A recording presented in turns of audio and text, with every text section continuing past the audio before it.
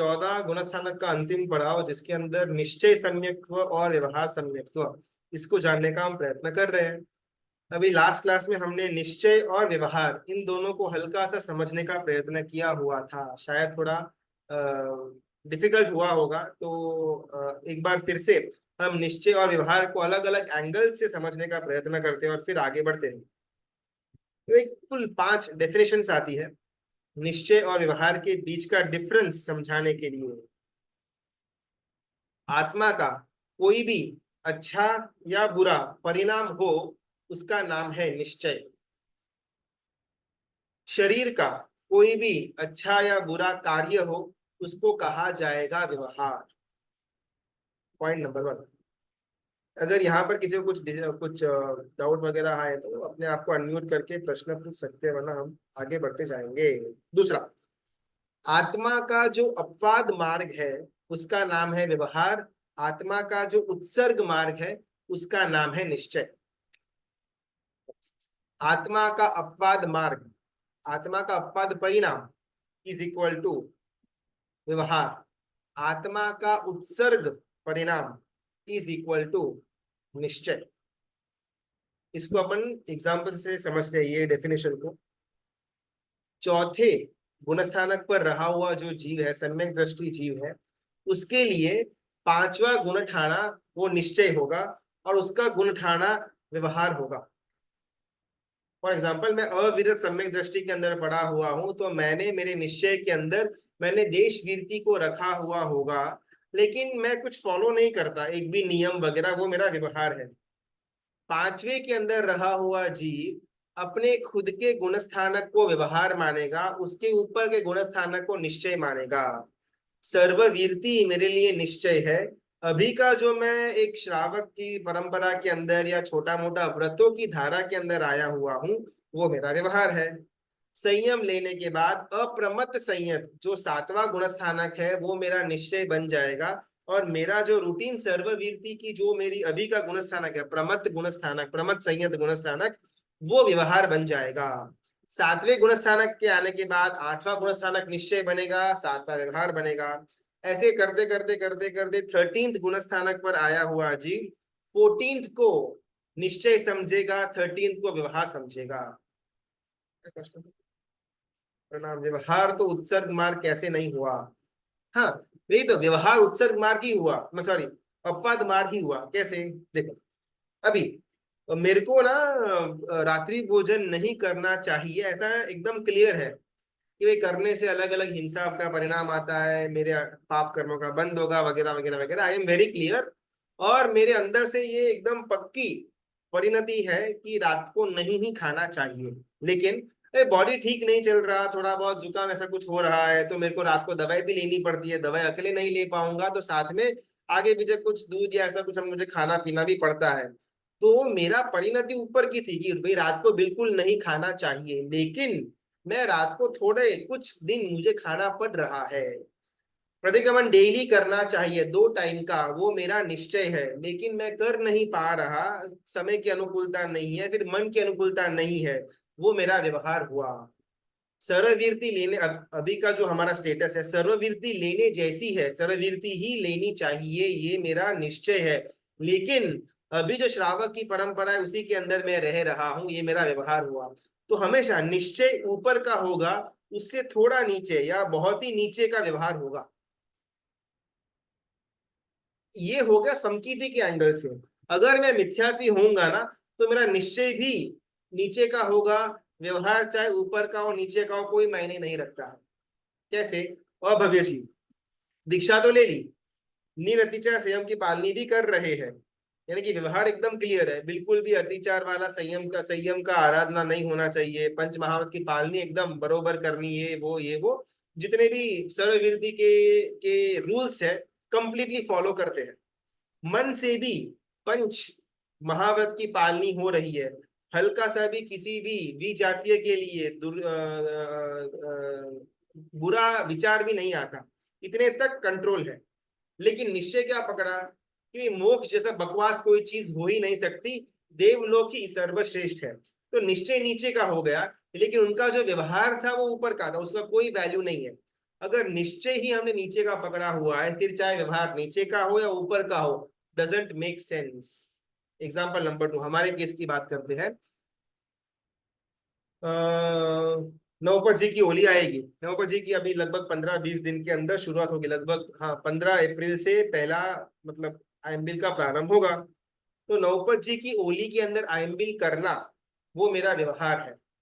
निश्चय के अंदर क्या होगा, कि आईएमबील करने के द्वारा मेरे अंदर पड़ा हुआ रस का त्याग मैं करूं।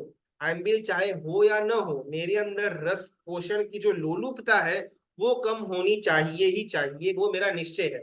ठीक है, उतना तक मैं नहीं जा पाऊंगा, लेकिन एटलीस्ट आम्बेल तक तो मैं टिका, तो ये मेरा व्यवहार हुआ।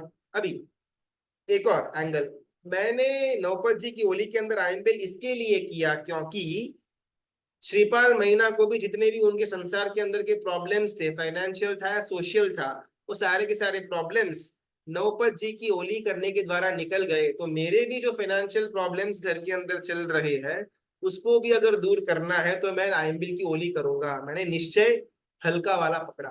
तो मेरे आइंबिल की होली करने के पीछे का मेरा निश्चय जो था वो कुछ रस्त्याग वस्त्याग नहीं था, लेकिन श्रीपाल महीना की तरह मेरा भी एकदम छप्पर फाड़ के मेरे को धन मिले, वो इच्छा से मैंने किया।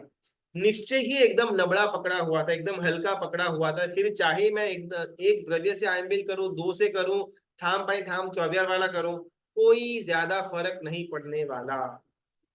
निश्चय अगर ऊपर का पकड़ा हुआ है और फिर व्यवहार नीचे का है, वो चलेगा, वो एक्सेप्टेबल है। मैंने निश्चय पे पकड़ा हुआ है कि भाई आइंबिल के द्वारा मुझे रस त्याग के ऊपर काबू, मतलब रस के ऊपर काबू प्राप्त करना है, रस त्याग करना ही करना है। फिर भले आइंबिल के अंदर 10 की 20 आइटम्स हो भी जाती है, वो नहीं चलेगा, लेकिन ये जो गुणस्थानक की कंपैरिजन में निश्चय एकदम शुद्ध है, व्यवहार के अंदर गड़बड़ है, वो सुधर सकती है और उसमें कोई ज्यादा बड़ा इश्यू नहीं आएगा। लेकिन निश्चय अगर हमने नीचे का पकड़ा हुआ है और व्यवहार चाहे अपन कितना भी सुपर फॉलो करें, उसका कोई मतलब नहीं हो सकता। प्रणाम गुरुजी। मुझे एक डाउट, आपने बताया ना कि निश्चय हमें हमेशा निश्चय मीन्स वो पकड़ना चाहिए, बड़ा होना चाहिए हमारा निश्चय। ये नीचे की चिल्लर, आई मीन अपनी खुश, ये सब क्या बोलते हैं, जो बोलते हैं ना कि गेहूं को रखना, घास नहीं रखना, एक काइंड ऑफ हाँ, लाइक दैट। करेक्ट। तो हमेशा मोक्ष सुख रखना निश्चय में, करेक्ट। ये रहा। मोक्ष सुख रखो तो भी कोई प्रॉब्लम नहीं, या फिर इन सिंपलर वर्ड्स, हम अभी जिस गुण स्थानक के ऊपर है, उसके ऊपर का गुण स्थानक वो हमारा निश्चय होना चाहिए। अभी आज मैं जितनी भी श्रावक के अनुरूप जितनी भी क्रियाएं करता हूँ, परमात्मा की पूजा हो, सामयिक हो, कायोत्सर्ग हो, नौकार मतलब नौकार सी पोर्सी, जो कुछ भी छोटा मोटा तप भी हो, अगर ये सब तपों के पीछे का अगर मेरा निश्चय हो, सर्ववीरति में जल्द से जल्द ग्रहण करो। एक बार सर्ववीरति मैंने ग्रहण कर ली, पांचवा गुणस्थानक सॉरी छठा गुणस्थानक मेरा आ गया, अभी क्या होगा, वो जो सर्ववीरति की जितनी भी क्रियाएं है या उसका जो मेरा जीवन है वो व्यवहार के अंदर जाएगा। अभी मुझे अप्रमत्त तक पहुंचना है, वो मेरा निश्चय बन जाएगा। तो इन सिंपलर वर्ड्स, मैं जिस गुणस्थानक के ऊपर हूं, उसके ऊपर का गुणस्थानक वो मेरा निश्चय होगा, और अभी का जो करंट मेरी सिचुएशन चल रही है वो मेरा व्यवहार होगा। ये कॉन्सेप्ट 13th गुणस्थानक तक चलेगा। 13th के अंदर रहा हुआ जो सहयोगी केवली जीव है, जिसके 4 घाती कर्म का क्षय हो गया, केवल की प्राप्ति भी हो गई, लेकिन 4 अघाती कर्म बाकी है। तो लक्ष्य में क्या होगा, मैं मेरे 4 अघाती कर्म का भी क्षय करूं, अयोगी केवली जो 14वां गुण स्थानक है वहां पर पहुंचू, और अभी का जो मैं ये समोसरण के अंदर देशना दे रहा हूँ या फिर लोगों या गणधर भगवंतों को वाचना वगैरह दे रहा हूँ, ये मेरा व्यवहार है। तो ये जो निश्चय व्यवहार का एक स्किपिंग में चलता रहेगा, वो 13th गुण स्थानक तक यही क्रम रहेगा। हाँ, निश्चय में मोक्ष भी रख सकते हैं, लेकिन फिर क्या होगा ना कि हर एक चीज अगर मोक्ष मोक्ष मोक्ष के इससे करेंगे ना, तो शायद थोड़ी मोनोटोनस हो जाएगी कि आपने नौका से क्यों की, मोक्ष के लिए, सामयिक मोक्ष के लिए, स्वाध्याय मोक्ष, हाँ उसमें कोई प्रॉब्लम नहीं है। लेकिन कभी कभार कुछ जीवों को उसके अंदर थोड़ा बोरिंग जैसा लगता है कि यार इसके लिए भी मोक्ष, इसके लिए भी मोक्ष। तो वहां पर अगर किसी को रुचि आती हो, जैसे गुणस्थानक में जो आगे का गुणस्थानक है, वो भी हम निश्चय के रूप में ले तो सकते हैं। हर एक की अपनी अपनी भावधारा, लेकिन इन सिंपलर वर्ड्स, ऊपर का निश्चय, नीचे का व्यवहार, एकदम क्लियर। हमने पहला जाना हुआ था कि आत्मा का कोई भी अच्छा या बुरा परिणति उसको निश्चय कहेंगे, और शरीर का कोई भी अच्छा या बुरा क्रिया, शुभ या अशुभ क्रिया, उसको हम व्यवहार कहेंगे। दूसरा, आत्मा का जो नीचे का परिणाम है उसको व्यवहार कहेंगे। आत्मा का ऊपर का जो परिणाम है उसको निश्चय कहेंगे। उसको हमने अभी जाना एग्जाम्पल्स के द्वारा।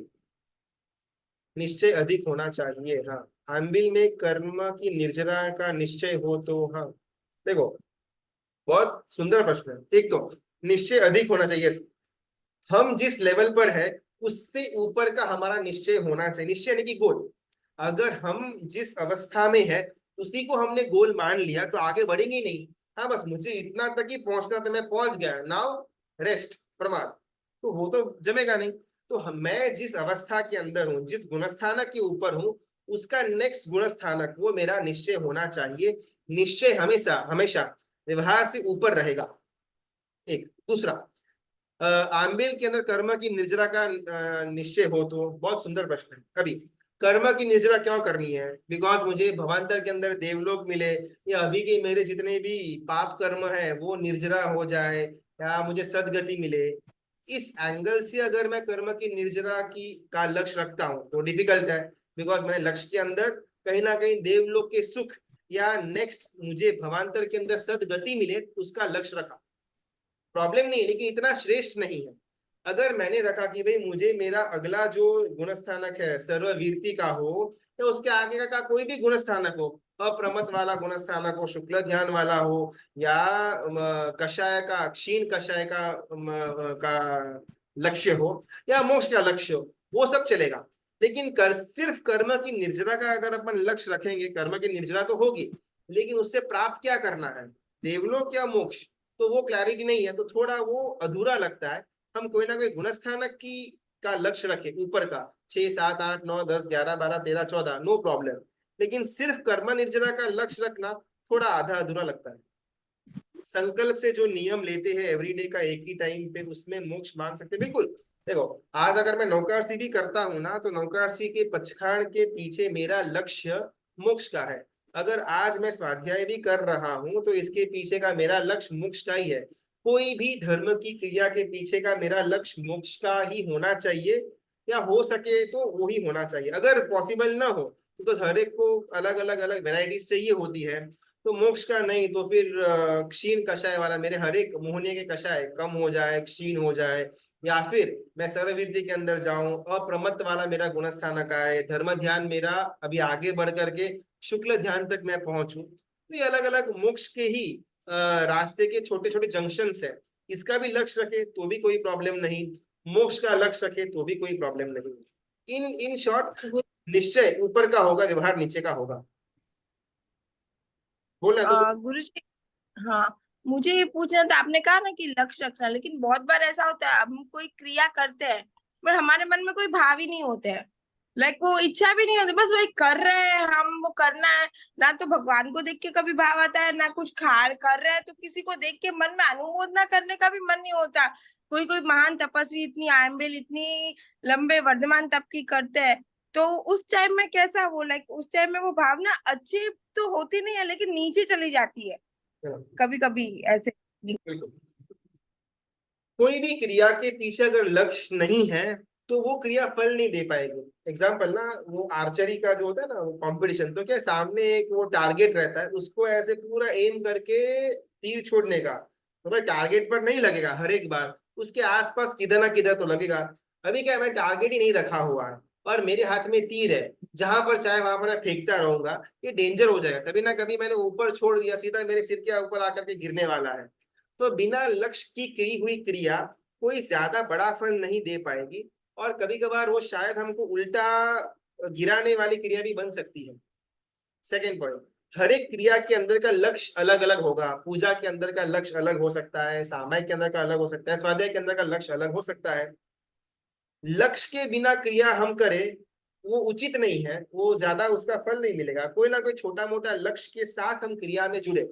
अभी लक्ष्य हमको मिलता नहीं है, फिर सूझता नहीं है, तो बेस्ट ऑप्शन क्या है, किसी भी क्रिया के पीछे का जो हार्द है, उसका जो रीजन है, अगर वो हमको मालूम होगा तो अपने आप हम क्रिया में जुड़ जाएंगे। सामय के पीछे का रीजन क्या था?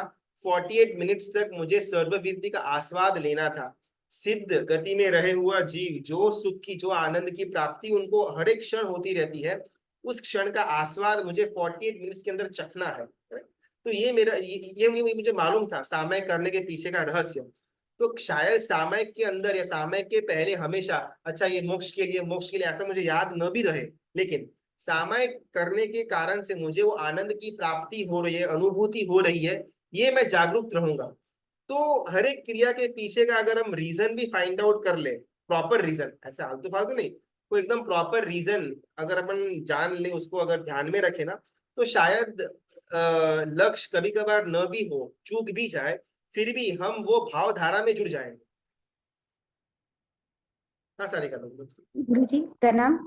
अभी वर्धमान तक की होली की बात निकली तो हम में इतनी शक्ति नहीं है कि वो रोज कर सके, तो हमने उस द्वारा समय के लिए हम भाव से वर्धमान महावीर स्वामी भगवान को याद करते, तो क्या उतना ही फल रूपी होगा वो भी करेक्ट, तब करने के जितना? बहुत सुंदर। चलो अपन ना ये अपना गुणस्थानक के एंगल से इस प्रश्न का उत्तर देखते हैं। निश्चय और व्यवहार, ठीक है। निश्चय कहता है कि अगर चारित्र का परिणाम हो तो 100% मोक्ष मिल सकता है। निश्चय वाला जो मार्ग है वो कहता है कि आपके अंदर चारित्र का परिणाम होना चाहिए। अगर वो चीज है तो 100% मोक्ष हो ही जाएगा। आप चारित्र लो या न लो वो मैटर नहीं करता है, बिकॉज मरुदेवा माता है, भरत चक्रवर्ती से बहुत सारे एग्जांपल्स निकलेंगे कि जिन्होंने द्वेष नहीं बदला हुआ था लेकिन फिर भी उनको मोक्ष मिल गया हुआ था। तो निश्चय का मार्ग कहता है कि आपके अंदर चारित्र का परिणाम हो, इट इज इनफ। व्यवहार मार्ग क्या कहता है कि भाई द्रव्य रूपी चरित्र लेने पर ही मोक्ष मिलेगा। क्यों? मेजॉरिटी 99% ऑफ द केसेस के अंदर दीक्षा लेने के बाद ही मोक्ष मिला हुआ है। कभी कभार एक आधा ऑफ केस में एक आधा परसेंटेज जीवों के अंदर शायद ये पॉसिबल हुआ है कि भाई उन्होंने वेश नहीं बदला और मोक्ष मिल गया। उनको अगर हम अपवाद के अंदर साइड में रखें तो मेजॉरिटी 99% ऑफ द जीव दीक्षा लेने के बाद ही उनको केवल ज्ञान मिला हुआ है। तो व्यवहार मार्ग ये कहता है कि अगर आपने वेश परिवर्तन नहीं किया, यानी कि द्रव्य रूपी चारित्र नहीं ग्रहण किया, तो मोक्ष नहीं मिल पाएगा। दोनों अपने अपने एंगल पर सही है। निश्चय का मार्ग भी सही है, व्यवहार का मार्ग भी सही है, लेकिन निश्चय का मार्ग अंदर होगा, व्यवहार का मार्ग बाहर, यानी कि हमारे वर्तन के अंदर दिखेगा। Coming back to the Holi का प्रश्न, वर्धमान तब की होली है, उसका पाया वगैरह डालना उत्कृष्ट है। अगर कभी कभार किसी से नहीं होता है तो आजकल व्हाट्सएप पर वो सामयिक का भी चल रहा है, वो सगहरम का भी चल रहा है, जो एक शुभ धारा है। तो निश्चय में मैं एकदम क्लियर हूँ कि भाई वर्धमान तब की आइम्बिल की ओली ही सर्वश्रेष्ठ है, या उसका पाया वो जीवन में डालना ही चाहिए, वो निश्चय के अंदर मैं क्लियर हूँ। लेकिन अभी शरीर की अनुकूलता नहीं होती है कि मैं आम्बिल करूं, फिर बाकी सब मेरा काम या मेरी क्रिया अटक जाती है, इस कारण से मैं आइम्बिल के अंदर नहीं जुट रहा। लेकिन ये सामयिक का ओली हो गया या वसगहरम का ओली हो गया, उसके अंदर मैं जुट रहा हूँ, तो कोई प्रॉब्लम नहीं। निश्चय मेरा क्लियर है और व्यवहार भी मेरा क्लियर है। लेकिन अभी बहुत सारे लोग ऐसे भी होते हैं कि आम्बेल वगैरह ओली करना बहुत डिफिकल्ट पड़ रहा है। कर तो सकता हूँ लेकिन इतना लंबा समय तक कैसे रह पाएंगे? अगर उतना ही फल ये शॉर्टकट में मिल जाता है तो प्रॉब्लम क्या है? तो वैसे श्रावकों के अंदर निश्चय कहीं गड़बड़ चल रहा है। तो फिर वैसे जी अगर सामयिक वाली ओली के अंदर जुड़ेंगे भी तो कुछ ज्यादा वर्धमान तप वाली ओली जितना लाभ नहीं मिलने वाला, बिकॉज निश्चय के अंदर गड़बड़ है। अगर निश्चय हमारा क्लियर है, व्यवहार के अंदर हम हमारा अपवाद मार्ग के अंदर सेटल डाउन हो चुके हैं, तो कोई प्रॉब्लम नहीं है।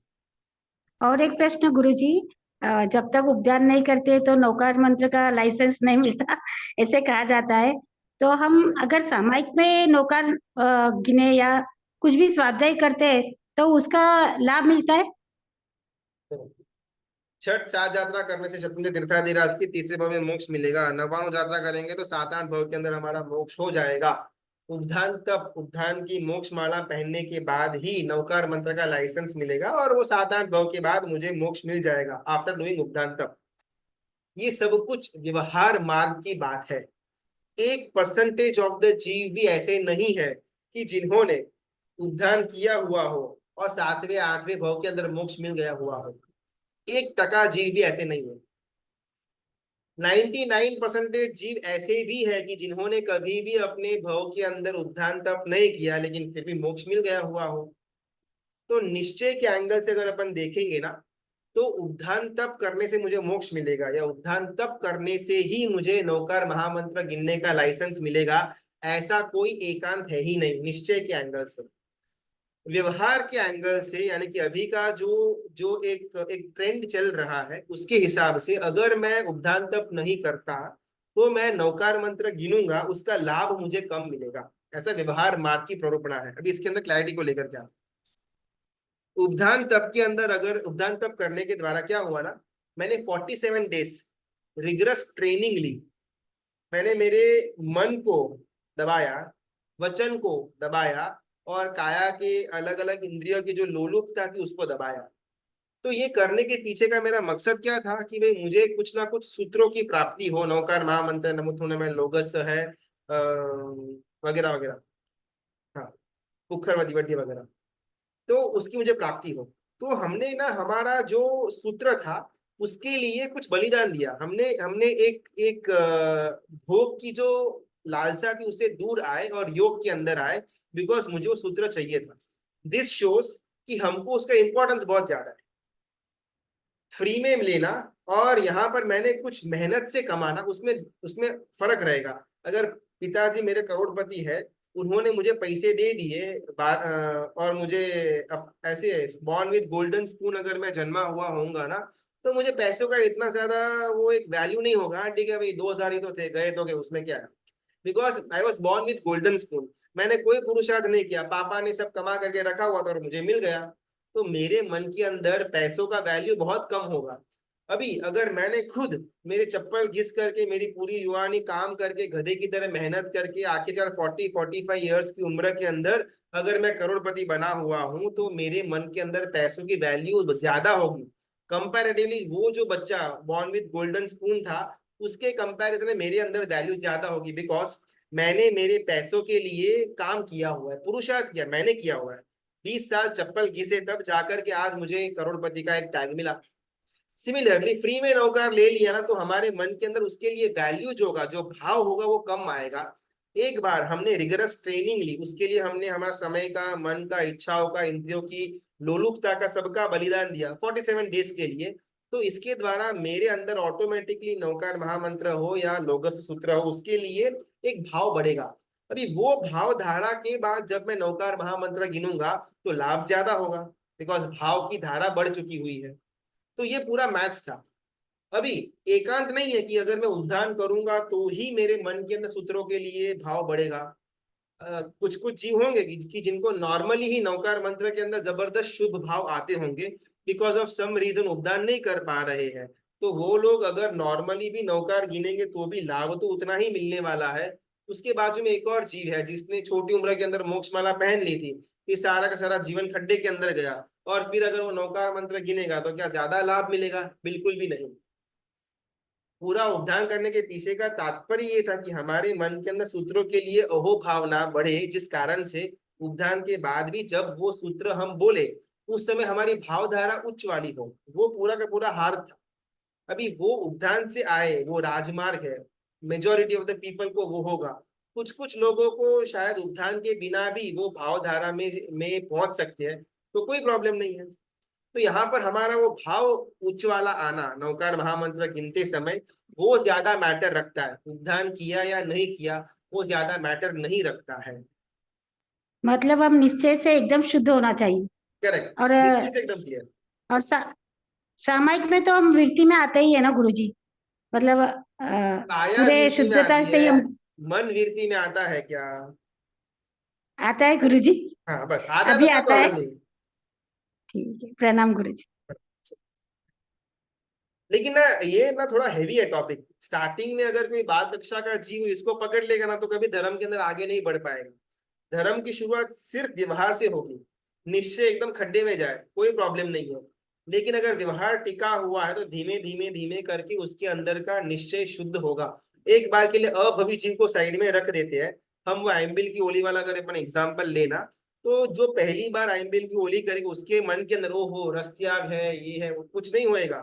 ठीक है, आइम्बिल करना चाहिए था, लोगों ने बोला आइम्बिल करने से इतने इतने पुण्य का लाभ होता है, इतने इतने देवलोक का आयुष्य का बंद होता है, या इतने इतने साल मेरी नरक कम होंगी, ये वगैरह मुझे इन्फॉर्मेशन मिला हुआ था, जिस कारण से मैं जुड़ा, या फिर घर से फोर्स किया तो मैं जुड़ा, गुरु भगवान ने प्रेरणा दी तो मैं जुड़ा, संघ में लोग कर रहे थे तो मैं जुड़ा, कल्याण मित्र मेरे को साथ में करवा रहे थे तो मैंने देखा देखी में कर लिया।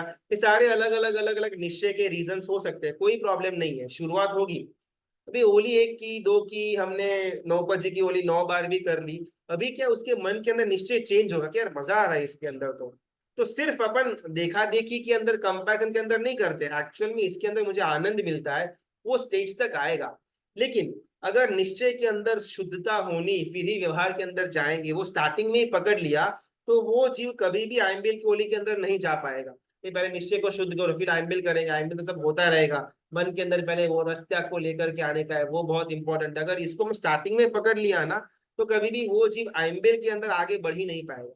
तो एकदम क्लियरली समझना कि ये जो हम निश्चय और व्यवहार की बातें कर रहे हैं ना, ये उन जीवों के लिए है कि जिन्होंने अपने जीवन के अंदर धर्म को एकदम एक में कर लिया हुआ है। अभी धर्म से अलग होना तो कोई ऑप्शन है ही नहीं, आगे बढ़ने के लिए हम क्या कर सकते हैं उसके बारे में यहाँ पर चर्चा चल रही है। कोई नया नया धर्म के अंदर जुड़ा हुआ हो, उनको अगर अपन ये वॉइस डिफिकल्ट ब्रेक हो रहा है गुरुजी। निश्चय वाली गोली दे देंगे ना, तो वो मार्ग से भ्रमित हो जाएगा। तो बहुत बहुत ध्यान रखना, ये सारी की सारी जो अपन यहाँ पर डिस्कशन कर रहे हैं, वो एकदम बाल कक्षा के जीव को बोल करके उसके पद से हटा मत देना। चलो, हमारा 2 डेफिनेशन हुआ था। तीसरा, जो कारण है वो व्यवहार, जो कार्य है वो निश्चय, जो साधन है वो व्यवहार, जो साध्य है वो निश्चय। ये तो एकदम क्लियर है। मुझे यहाँ से कश्मीर जाना है, तो कश्मीर पहुंचना वो मेरा निश्चय था, वो मेरा साध्य था, वो मेरा गोल था। साधन क्या किया, मैं यहाँ से बॉम्बे गया, बॉम्बे से मैंने एक और फ्लाइट ली, दिल्ली गया, फ्लाइट चेंज की, तो वो जो फ्लाइट में गया या दिल्ली में मैंने स्टॉप ओवर लिया, ये मेरा साधन था। साधन साध्य तक पहुंचाएगा, साध्य निश्चय है, साधन व्यवहार है। ये तीसरा डेफिनेशन हुआ निश्चय और व्यवहार के अंदर का।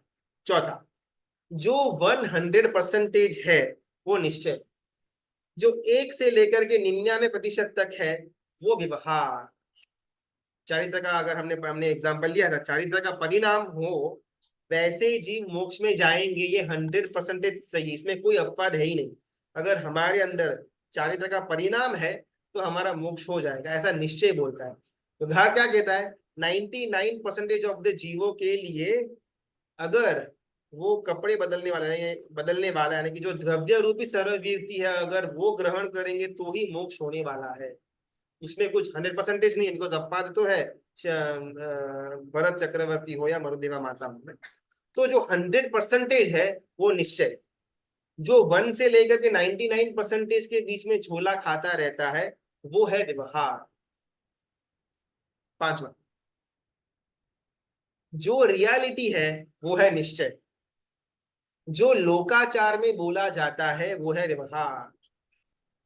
चंद्र सफेद है ऐसा व्यवहार में बोला जाता है, लेकिन निश्चय से चंद्र 5 वर्णों का मिलन से बना हुआ है।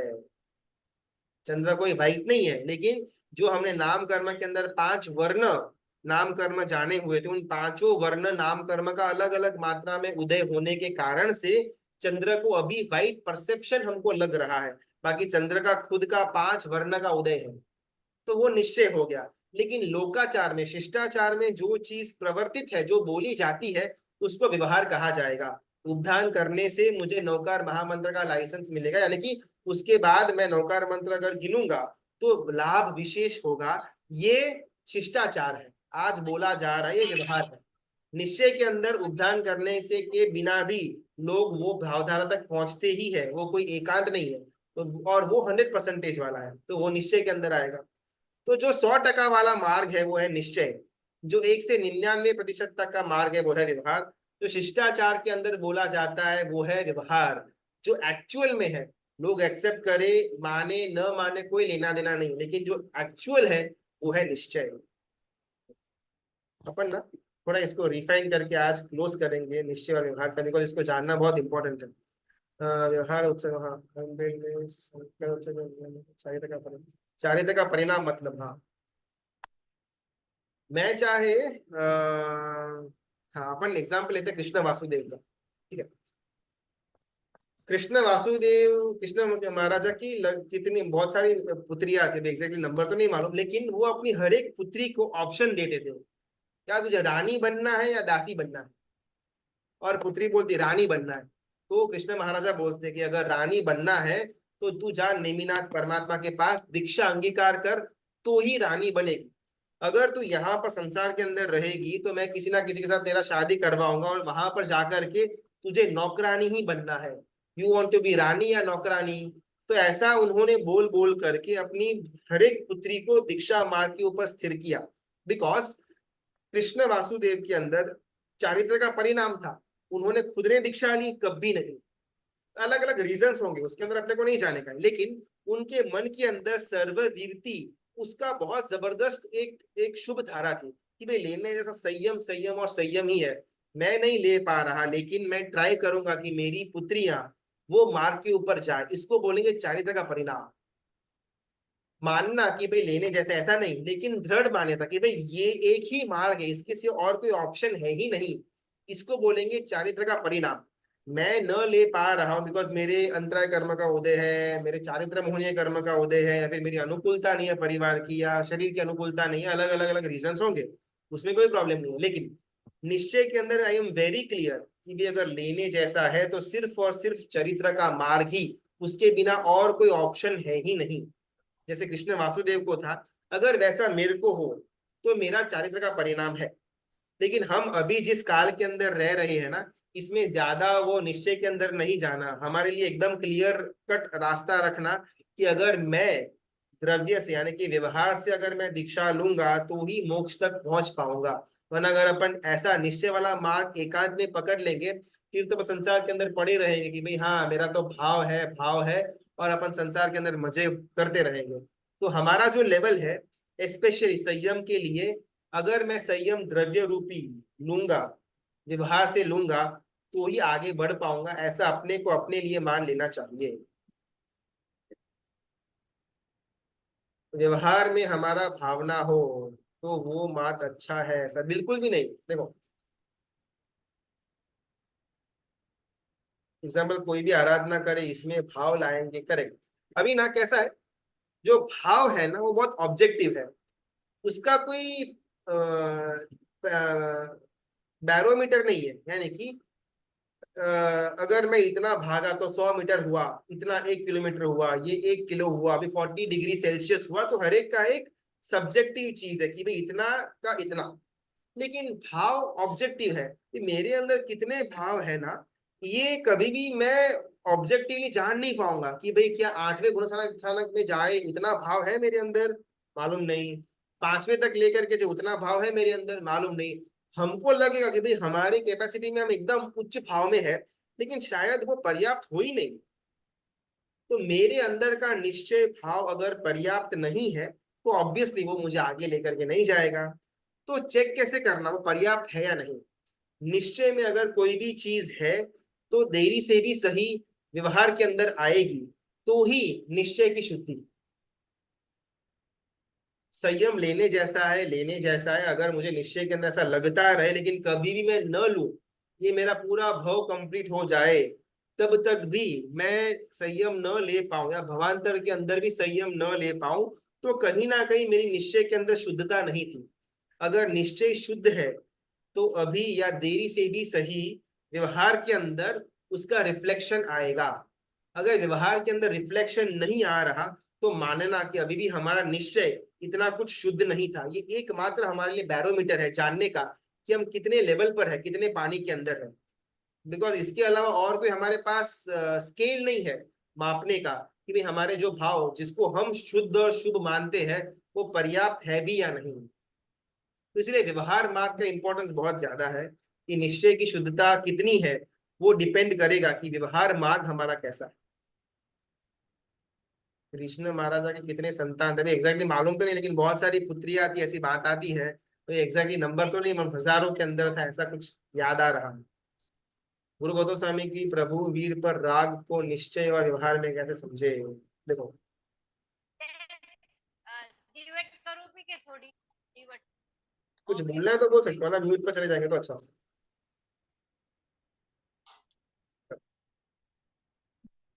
गौतम स्वामी महाराजा जब वो इंद्रभूति गौतम थे, तब उनके मन के अंदर मान कषाय था कि मैं सर्वस्व हूं, मुझसे ज्यादा ब्रिलियंट ये पूरे जगत में कोई नहीं है। उनको मान कषाय था। जैसे ही समोसन के अंदर प्रवेश किया, परमात्मा को देखा, परमात्मा के लिए राग हुआ, लेकिन वो राग के कारण से जो बहुत ग्रंथियां बंधी हुई थी कषाय की, मान कषाय की, वो इंस्टेंटली पिघल गई। तो उनको क्या लगा कि भाई ये जो मेरे सामने बैठे हुए हैं सर्वज्ञ वीर परमात्मा, वो ही सर्वश्रेष्ठ है, मैं तो कुछ भी नहीं। बस ये भाव इतना शुद्ध आया कि इंस्टेंटली उनका सारा का सारा मान कषाय गया, गंधर्व पद के ऊपर आरूढ़ हुए और अनंत लब्धि के स्वामी बन गए। ये सब कुछ बेनिफिट कहां से हुआ? एकमात्र परमात्मा के ऊपर रखे हुए राग के द्वारा, कि भाई मेरे प्रभु, मेरे वीर, मेरे गुरु, मेरे मेरे मेरे जो राग था उनको परमात्मा के ऊपर, वो राग के कारण से जितने भी दोष थे सारे के सारे दोष गए। कषाय बोलो, प्रमाद बोलो, या कोई भी जो भी दोष था, सारे के सारे दोष गए।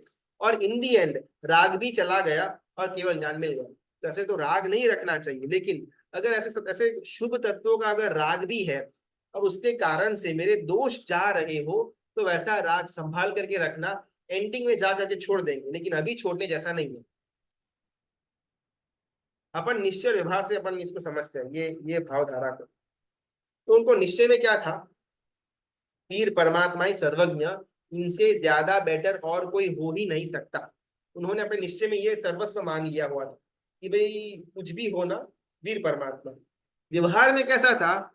छोटे से छोटा सा अगर प्रश्न भी आए, उनको खुद का दिमाग यूज ही नहीं करते थे।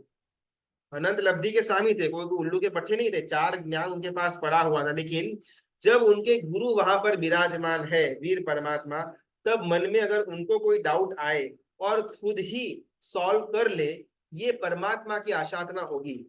एकदम मामूली, एकदम चिल्लर डाउट भी जा करके परमात्मा वीर प्रभु से पूछते थे। और ये कौन थे? खुद 50,000 शिष्यों के गुरु थे।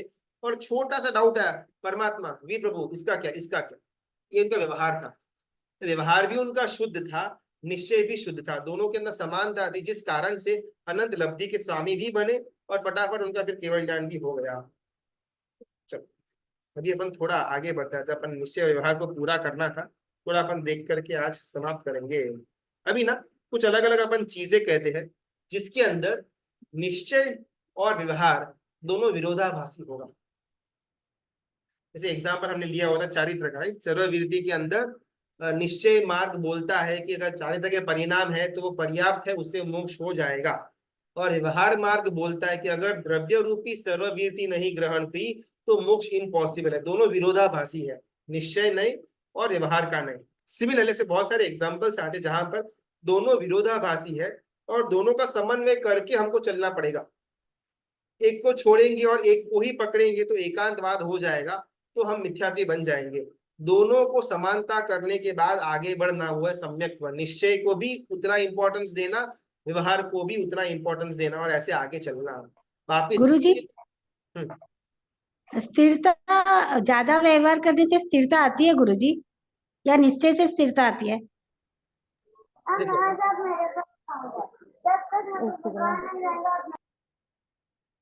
सामयिक जो क्रिया है ना, निश्चय की व्यवहार,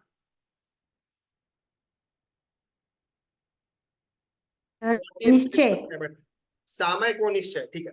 तो अगर मैं मन से सामयिक जी के अंदर हूं और मैं काया से अगर मूवी देख रहा हूं तो चलेगा, वो सामयिक कहलाएगी? जी नहीं, बॉडी देख रही है मूवी, मेरा मन तो है भाई सामयिक के अंदर ही, अपन चलेगा? नहीं।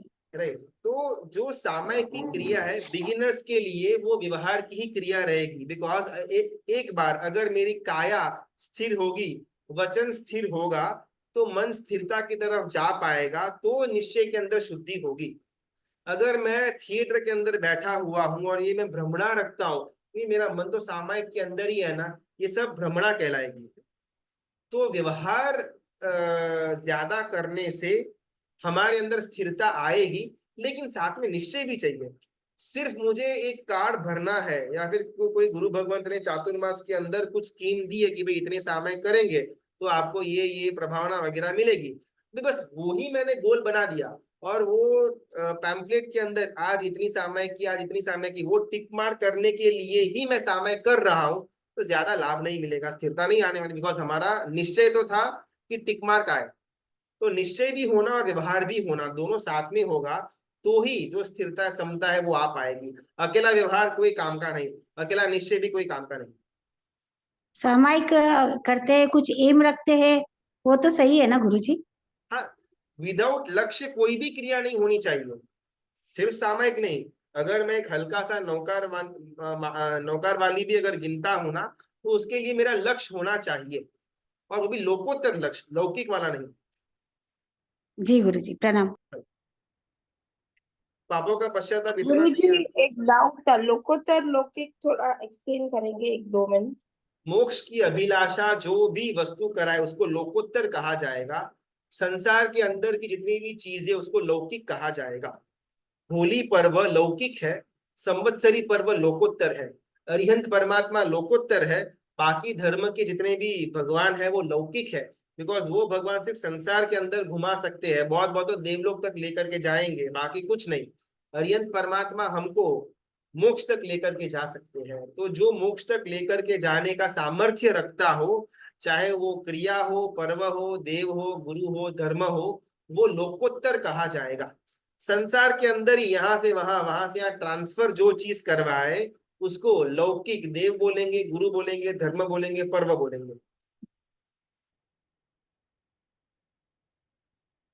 पापों का पश्चाताप इतना नहीं आता, पर गुरु भगवंत ने बोला था, बोला है कि पश्चाताप से भाव आलोचना लेना। हाँ देखो, ये पश्चाताप नहीं आता है तो फिर वो तो भी डेवलप करना पड़ेगा ना। अभी मैं किसी को झापट मारूं, अभी मेरे को तो कुछ फील ही नहीं हो रहा था, तो मेरा प्रॉब्लम है, राइट। मुझे दर्द होना, चलो मैंने उसको झापट मारा, बुरा कार्य जो भी था वो हो गया, तो एटलीस्ट घटना पूरी हो जाने के बाद तो मुझे संवेदना आनी।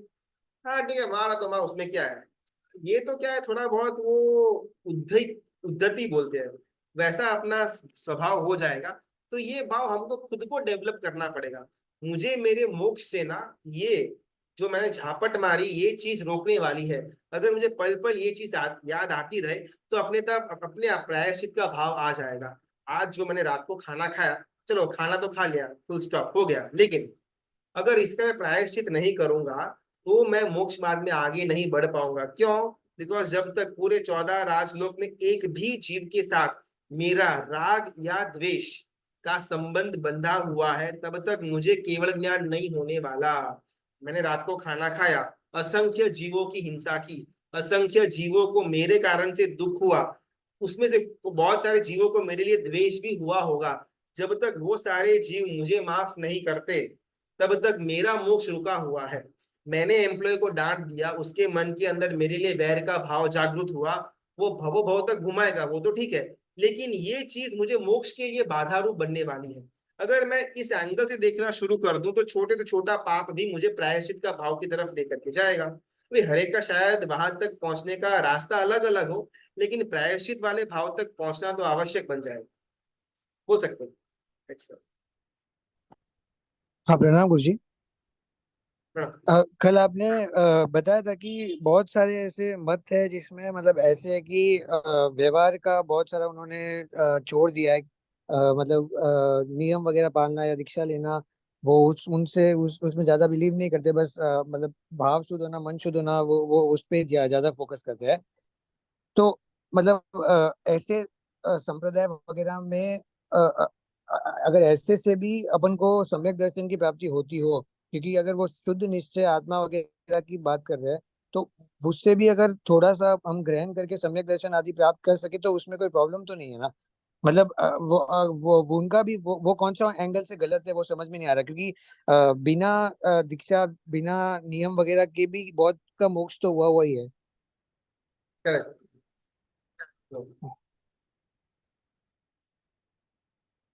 अगर मेरे को ना अहमदाबाद से बॉम्बे जाना हो, ठीक है, तो मेरे पास बहुत सारे ऑप्शंस है। चलो मैं बाय रोड जा रहा हूँ, नो फ्लाइट नो ट्रेन, तो बाय रोड भी मेरे पास बहुत सारे ऑप्शंस है। बस या कार वाला नहीं, लेकिन कौन से रास्ते से मैं जाऊंगा, क्या मैं वो बड़ौदा वाला एक्सप्रेस वे पकड़ूंगा या फिर कहीं घूम घूम करके जाऊंगा, मेरे पास अलग अलग ऑप्शंस है।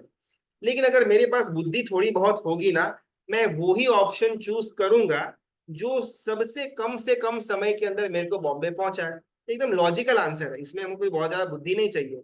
एक रास्ता है जो 8 घंटे में पहुंचाता है और एक रास्ता है जो घूम घूम करके 15 घंटे के अंदर पहुंचाता है। तो बुद्धि इसी के अंदर है कि 8 घंटे वाला जो रास्ता है उसमें निकल पड़ो, पहुंच जाओगे 8 घंटे बाद भाई। अभी अगर हमारे पास दो ऑप्शंस है, 8 घंटे वाला 15 घंटे वाला रास्ता, अहमदाबाद टू बॉम्बे, तो मैं 8 घंटे वाला रास्ता को छोड़ करके 15 घंटे वाले रास्ते के अंदर जाऊं तो मैं सबसे बड़ा मूर्ख। अभी केस सिनारो नंबर 2, मेरे पास गूगल मैप नहीं है, मुझे रास्ता भी नहीं मालूम, मैं किसी से पूछा पूछा पूछा पूछा पूछा पूछा और फिर 15 घंटे वाले रास्ते को ट्रैवल करके मैं मुंबई पहुंचा, तो मैं बुद्धिमान, बिकॉज मुझे मालूम ही नहीं था कि भी 8 घंटे वाला रास्ता भी कोई था। तो similarly coming back to the प्रश्न, जो निश्चय और सम्यक निश्चय और व्यवहार की समानता वाला जो भी धर्म की प्ररूपणा है, उसके अंदर आगे बढ़ना इज इक्वल टू 8 घंटा वाला रास्ता। नहीं, सिर्फ व्यवहार को पकड़ लिया हुआ है, निश्चय तो गया खड्डे में, निश्चय को पकड़ा हुआ है, व्यवहार को गया खड्डे में, वो मार्ग भी आगे लेकर के जाएगा, लेकिन 15 घंटा भी लग सकता है, 15 दिन 15 भोग भी लग सकते हैं बॉम्बे पहुंचते पहुंचते। अभी अगर मेरे पास बुद्धि है तो मैं 8 घंटे वाले रास्ते पर ही आगे बढ़ूंगा।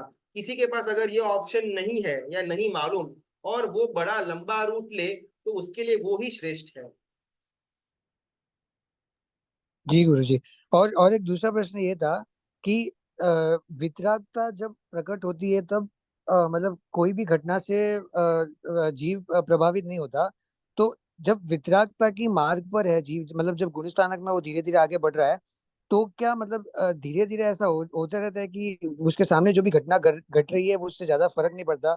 मतलब वो जीव से स्वयं से भी अगर कुछ भूल हो जाए, कुछ गलती हो जाए, तो उससे क्या वो ज्यादा फर्क पड़ेगा या नहीं पड़ेगा उस जीव के ऊपर? अपन इसके दो अलग अलग एंगल्स में उत्तर देखते हैं। जैसे जैसे जीव ना गुणस्थानक में आगे बढ़ेगा तो वितरागता वाली जो अवस्था है वो 11वें गुणस्थानक पर आएगी, उपशांत कषाय वीतराग छद्मस्त गुणस्थानक।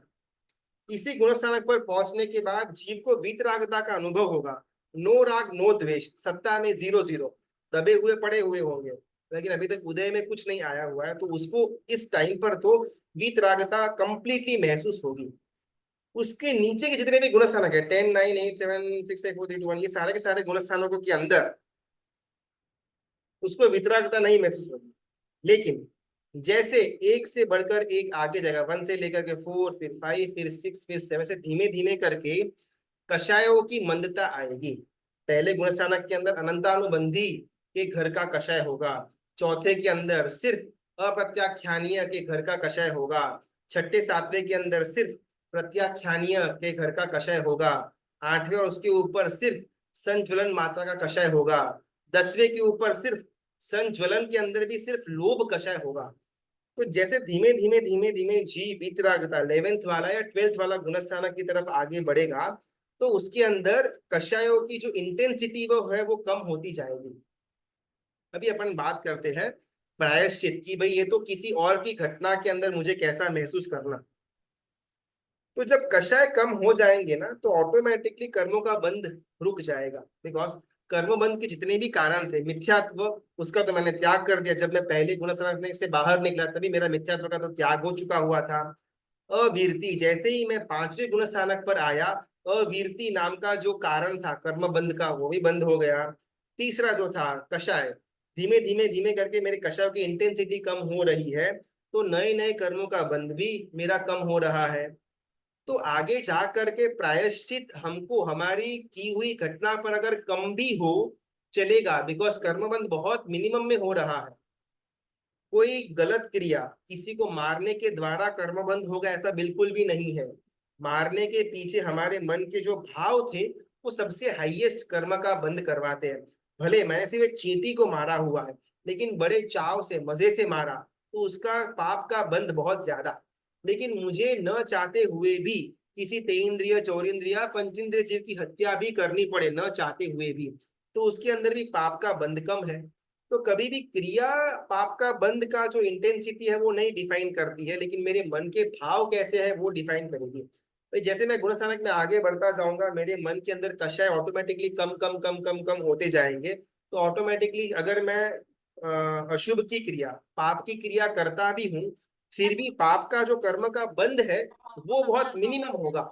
अभी इस समय अगर मैं बहुत ज्यादा प्रायश्चित के भाव के अंदर न भी जाऊं, मध्यस्थता के अंदर भी रहूं, तो वो भी चल जाएगा, बिकॉज नंबर ऑफ पाप कर्म ही बहुत कम बंद हुआ है। तो वो तो अपन मध्यस्थता में रहने के कारण से भी निर्जरा कर पाएंगे। लेकिन ये आगे के गुणस्थानक की बात है। अगर हम चौथे या पांचवें गुणस्थानक पर अटके हुए हैं, तो हमारे लिए प्रायश्चित का भाव वो बहुत ज्यादा मायने रखता है। जब सातवें, आठवें, नौवें, 10वें, 11वें तक पहुंचेंगे, उस समय ये सब बातें आएंगी। तो यानी जो केवली जब विचरते हैं उनका अभी तक सिद्धपना और प्रकट होना बाकी है, तो उनसे भी अगर विचरण में कोई भी जीवों की हिंसा वगैरह होती है, तो उसका वो बिल्कुल भी प्रायश्चित वगैरह वो भाव होता ही नहीं ना उनको। इसका एक बहुत सुंदर एग्जाम्पल आता है।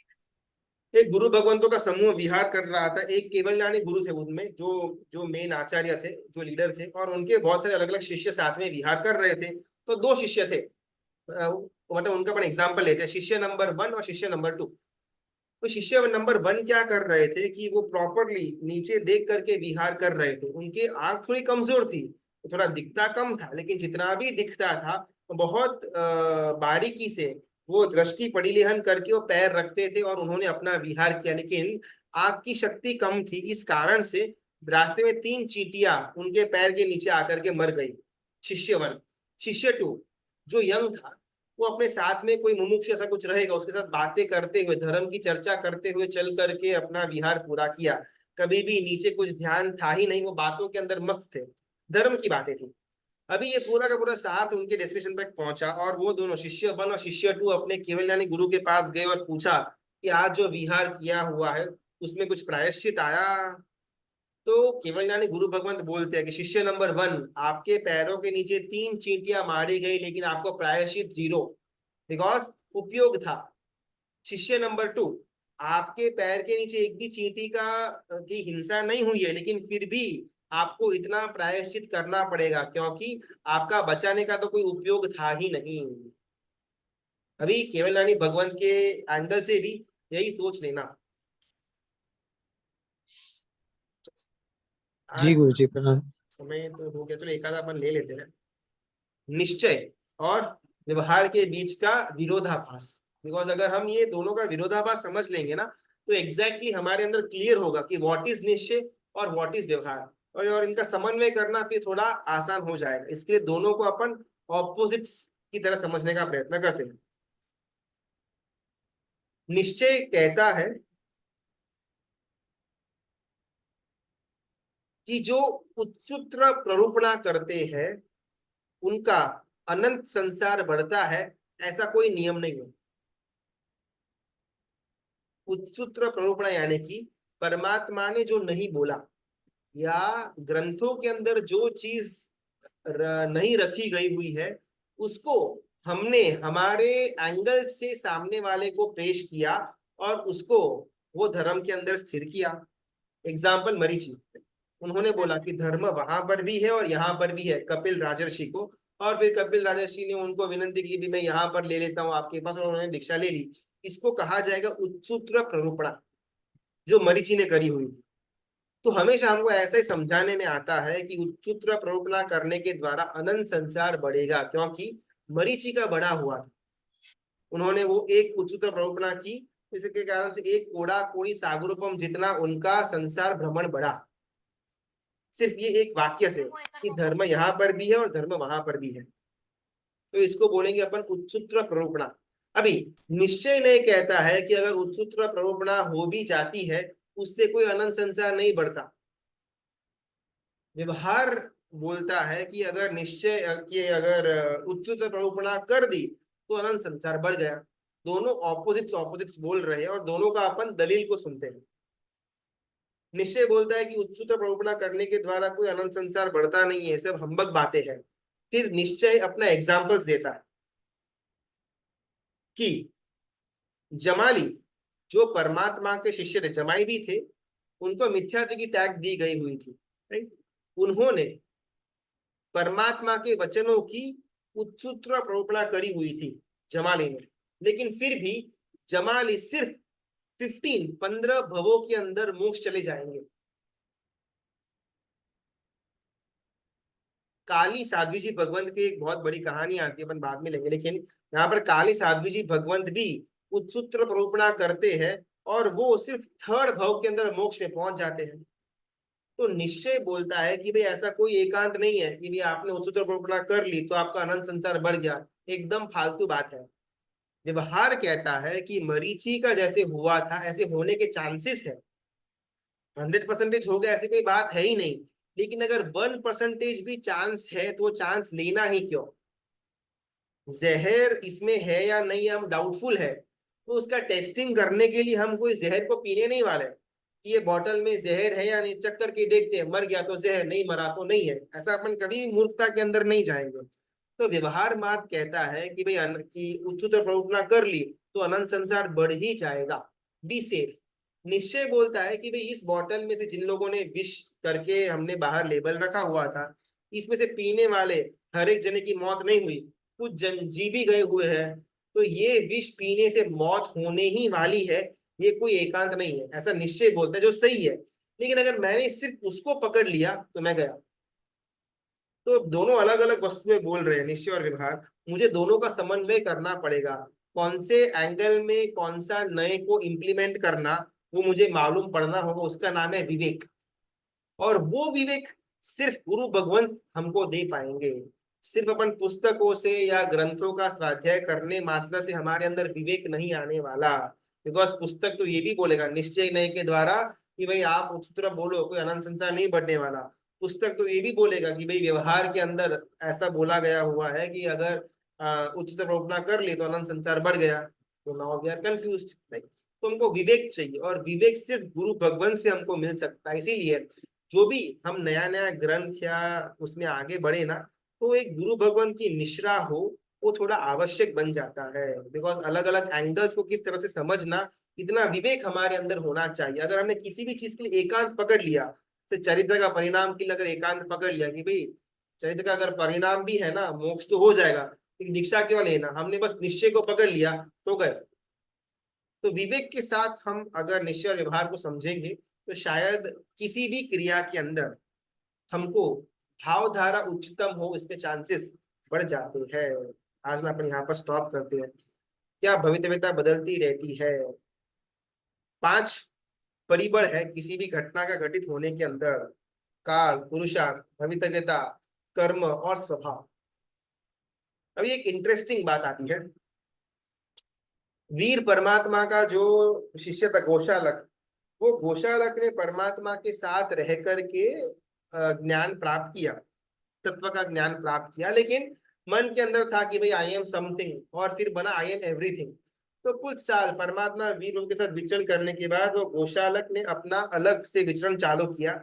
और शायद अपने को ये बात मालूम न हो, लेकिन उसने उस समय अलग धर्म की संस्थापना की गोशालक ने, और वो धर्म का नाम है आजीवक। आज ही शायद कुछ गिने चुने लोग आजीवक संप्रदाय को फॉलो भी करते हैं। अगर आप यूट्यूब में अगर डालेंगे ना आजीवक, तो बहुत सारे उनके वीडियोस ऑडियोस वगैरह भी आते हैं कि भाई आजीवक संप्रदाय की मान्यता क्या है। और वो संप्रदाय को स्थापने वाले थे गोशालक। अभी इस बात को हमने यहाँ पर क्यों लेकर के आए? बिकॉज गोशालक जो था इंडिविजुअल, उसके पास तो कोई ज्ञान था ही नहीं। जो कुछ भी ज्ञान मिला वो वीर परमात्मा से ही उसको मिला हुआ था। अभी ये गोशालक ने बाकी के 4 परिबलों को साइड में रख करके सिर्फ और सिर्फ भवितव्यता को पकड़ा या नियति को पकड़ा कि सब कुछ नियति के हिसाब से ही होता है। आप चाहे किसी को मारो, किसी को न मारो, आप चाहे दीक्षा लो या न लो, आप चाहे धर्म करो या न करो, सब कुछ लिखा हुआ है, उसके हिसाब से ही होने वाला है। You just chill. ऐसा आजीवक संप्रदाय का मूल उनका ये तत्व था। नियति, सब कुछ नियति के ऊपर निर्भर है। जन्म लेना नियति के ऊपर निर्भर, मृत्यु नियति के ऊपर निर्भर, जो कुछ भी हमारे साथ हो रहा है या होने वाला है या फिर हो चुका है, सब कुछ नियति है। अभी ये एकांतवाद हो गया। अगर हम भवितव्यता के ऊपर बहुत ज्यादा डिपेंडेंट हो जाते हैं तो कहीं ना कहीं हम गौशाला का जो आजीवक संप्रदाय की जो मान्यता थी उसके अंदर चले जाते हैं। सेकंड, क्या भवितव्यता बदलती रहती है? बिल्कुल भी नहीं, भवितव्यता कभी भी नहीं बदलती। इसका रीजन क्या है? अनंत केवल ज्ञानी भगवंत हो गए। अनंत केवल ज्ञानी भगवंतों ने तीनों काल का पूरा क्या घटना घटित होने वाली है, हो रही है या फिर हो चुकी है, वो उनको एकदम एचडी के अंदर दिखता है। अभी आज से अनंत काल पहले कोई ना कोई केवली भगवंत ने मेरा पर्याय देखा हुआ होगा उस समय। अभी अगर मेरी भवितव्यता बदल जाए तो उनका देखा हुआ मिथ्या हो जाएगा, जो हो नहीं सकता है, बिकॉज केवल ज्ञानी थे। तो इस एंगल से कभी भी भवितव्यता का चेंजेस पॉसिबल है ही नहीं। जो हुआ वो ही नियति। तो अपन ये निश्चय व्यवहार को थोड़ा कल वापस समझ करके आगे बढ़ने का प्रयत्न करेंगे। क्या शत्रुंजय पर जाने वाला भवी जीव होता है? तो क्या सम्यक देखो, भवी जीव यानी कि जो कभी ना कभी मोक्ष में जाने वाला है उसको अपन भवी जीव कहेंगे। भवी जीव मिथ्यात्वी भी हो सकता है, समकीति तो हमेशा भवी जीव ही होगा, वो तो डिफॉल्ट है। लेकिन मिथ्यात्वी जो है वो भवी भी हो सकता है, अभवी भी हो सकता है। भाई मिथ्यात्व नाम का जो गुणस्थानक है उसके अंदर अनंत काल बाकी है, तो भवी जीव ही शत्रुंजय तीर्थादिराज की स्पर्शना कर सकता है, ये बात सच है। लेकिन वो अगर वो मिथ्यात्व वाले गुणस्थानक के अंदर पड़ा हुआ है तो मोक्ष तो जाएगा, लेकिन कब जाएगा वो मालूम नहीं। भाई जाएंगे सही, लेकिन वी डोंट नो व्हेन। तो कोई इतना अच्छा आंसर नहीं है कि मैं मोक्ष जाऊंगा, लेकिन 3 भव 8 भव 300 भव इतने सागरोपम इतने कोड़ा कोड़ी, वी डोंट नो, अनंत भी हो सकता है, लेकिन आप जाएंगे भाई। तो ये इतना दिलासा नहीं देता है। तो शत्रुंजय की स्पर्शना मैंने कर ली तो मैं भवी, मैं समकीति, ऐसा कोई एकांत नहीं है। हाँ आप भवी जीव हो, लेकिन समकीति हो या नहीं वो अश्योरेंस शत्रुंजय का स्पर्श हमको नहीं देता। तो आज अपन यहाँ पर पॉज करते हैं। मित्रा की आज्ञा विरुद्ध कुछ भी बोला हुआ हो तो मिच्छामि दुक्कडम। कल थोड़ा निश्चय व्यवहार को ज्यादा विरोधाभास के मैटर से समझ करके कल अपन इस टॉपिक को पूरा करने का प्रयत्न करेंगे। इसका बहुत बहुत धन्यवाद।